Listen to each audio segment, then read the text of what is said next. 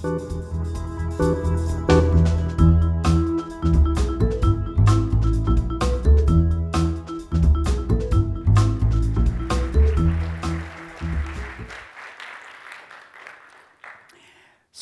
I'm going to start with a story.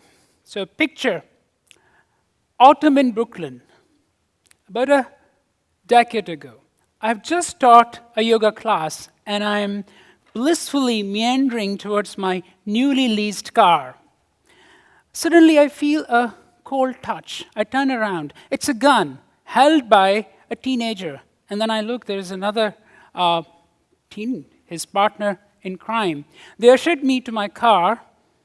One hopped on the driving seat, other sat with me and put the gun squarely on my ribs. Within next 2 minutes, they have crossed 2 red lights. And from that joyful bliss, you can imagine, I have a full-blown panic attack. I took a deep breath, and you know what? I was shrinking with fear. But you know what I am? I'm also a shrink. So what shrinks do, especially when they're anxious? They ask questions. So I asked them, and I still don't know where this question came from. I asked them, what are you good at? And the first couple of answers that they gave me, I'll spare you from them. I'll leave them to your rich imagination. And I said, no. I'm absolutely sure that you're quite good at these things, but you must be good at other things. Now they're confused, and one of them looks at me as if, oh my God, what we have gotten ourselves into. And I'm now a little bit amused, and I said, well, maybe you should check the occupation of the person we're going to carjack next time.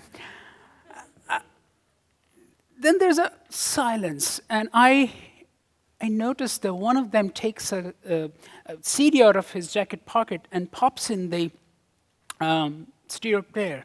And very soon my car is rumbling with this music, with screams and shouts. I guess this is called music these days. And the person who's sitting next to me is also, in the rhythm. And the person driving shouts. We are very good at music.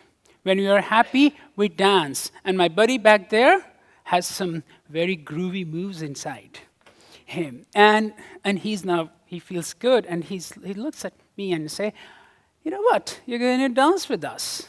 And no one will know that this is something is like carjacking is happening. He didn't use the word carjacking. Anyway, he put his inverted baseball cap on my head, and now I'm thinking I'm raised on Bollywood tunes and Bhangra, those of you know. And now they're trying to teach me reggae and rap. And I said, no. They said, no, wait, we will teach you. And in a couple of minutes, my body is convulsing in all sorts of directions, here and there, and I'm dancing with them. And they've forgotten that they have carjacked me. And they also had my wallet. Forgotten that they were going to take me to ATM to cash the money. So what has happened? When I asked them this question, what are you good at? I don't know what has happened, but I can tell you one thing. 45 minutes later, they left me in a dark corner, and police finds my car next day undamaged. My credit card, my debit card wasn't used.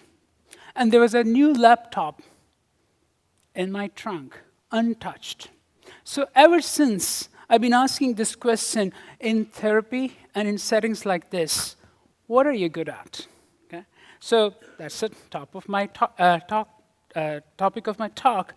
Unfortunately, in therapy, we don't ask this question because for more than a century, therapy has been a place where clients go and discuss their troubles, their deficits, their disorders, their syndromes, their symptoms, because we think that when we take care of them, happiness will automatically happen.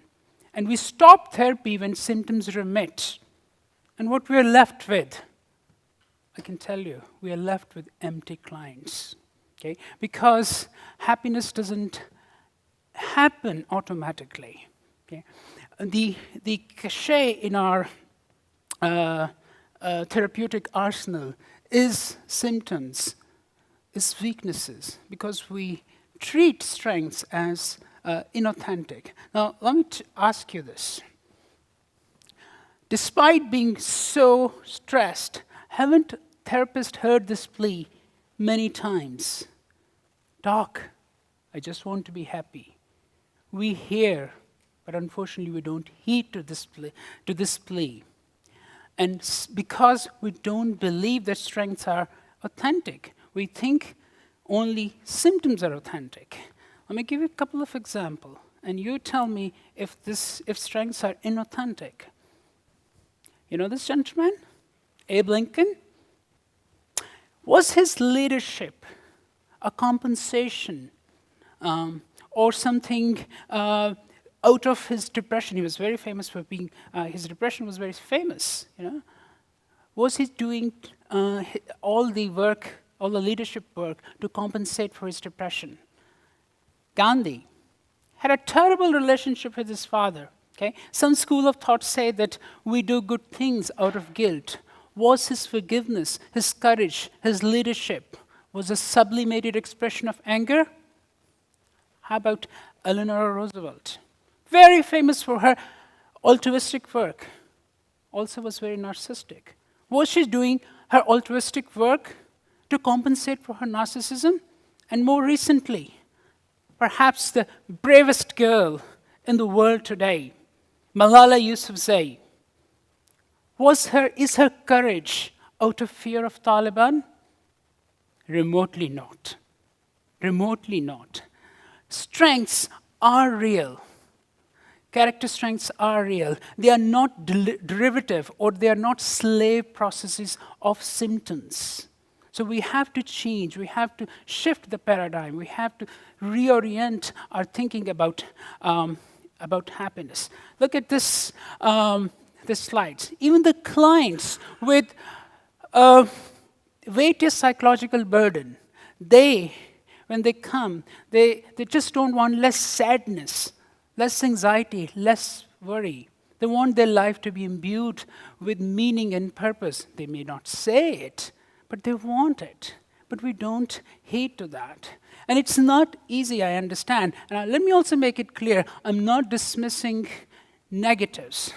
To put these concepts into what we call positive psychotherapy, my postdoc was on this topic that can we shift the paradigm? And can we also try if the positives, positive emotions, engagement, meaning, purpose, can that be an essential ingredient of psychotherapy along with symptoms? So my mentor, with my mentors Seligman and Acacia Parks, we empirically tested this treatment. And I'll give you a couple of stories. The first one that comes to my mind is of this. Let me go back. This story.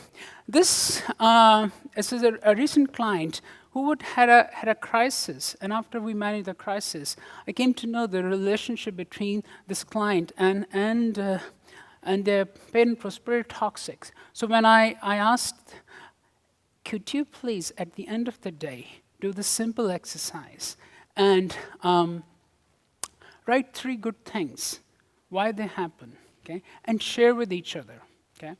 A month later, I got an email from the parent that this is the first time my child is realizing that I do small little things for them.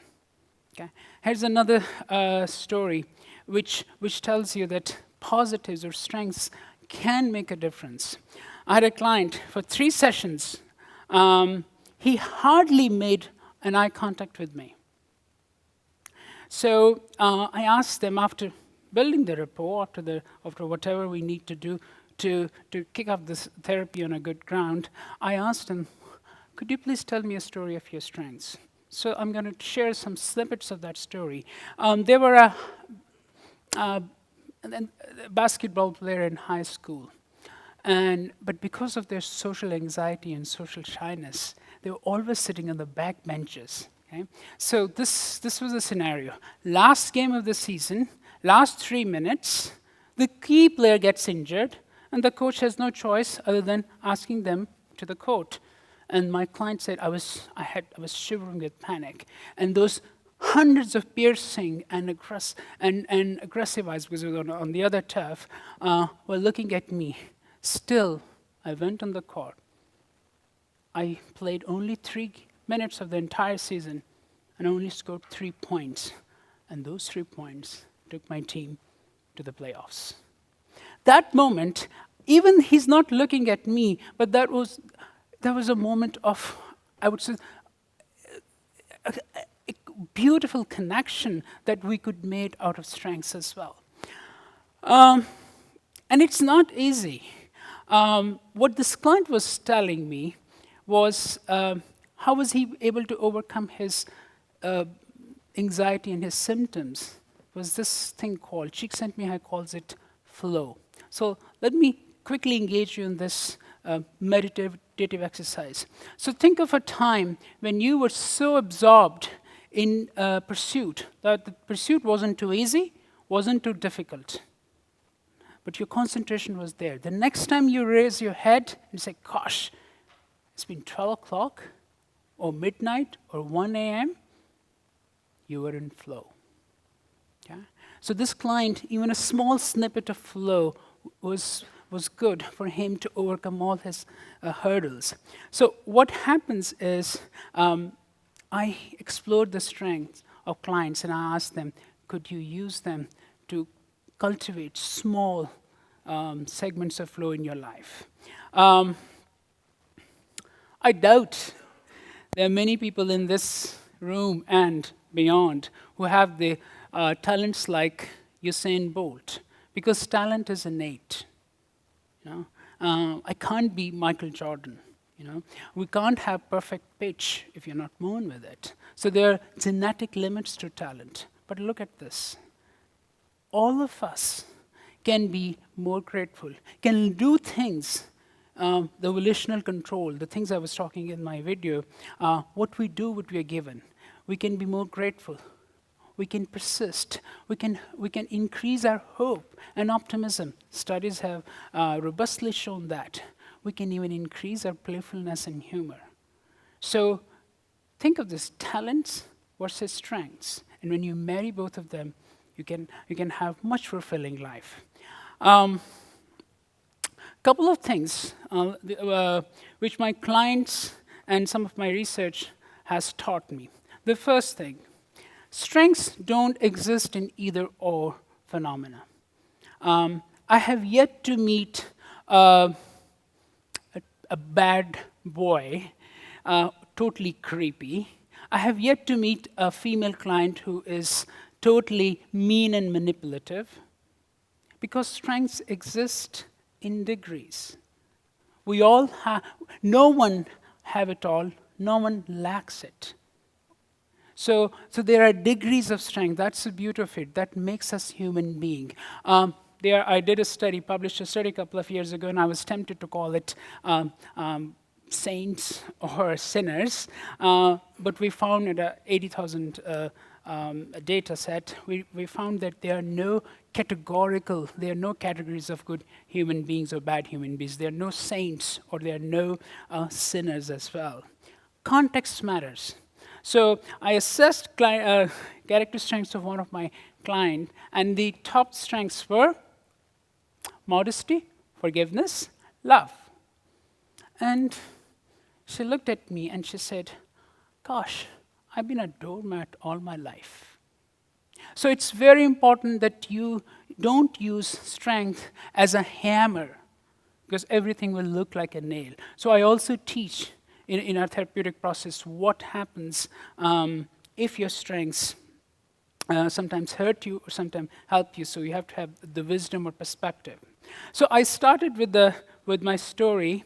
I'm going to end with that because I've been thinking what actually happened between two teens and me. So when I pushed the envelope, and when I asked them, what are you really good at? And I didn't settle on the first question, on the first response. From very suddenly, they changed from juvenile delinquents to human beings because I asked about their strengths. And for them, when they got this person is interested in us about our goodness. So from an alien, captive alien, I became a human being, and there was a bond. Okay? So let me, strengths are the best way to connect with each other. So what makes your life worth living? Some of my data and also confirmed by other colleagues of mine have robustly shown that it is your capacity to love, hope and optimism, your curiosity, the sense of wonder, okay? And your zest and vitality, and finally, gratitude. In words of Robert Emmons, gratitude is a medicine with no side effects. So these are the top 5 strengths which highly correlate with life satisfaction. So all of you have these strengths and many others. So may I end my talk with this simple question. Explore them. Explore what you're good at. And also explore in others around you, what are they good at? Your life will become worth living, and you can reorder the ordinary. Thank you.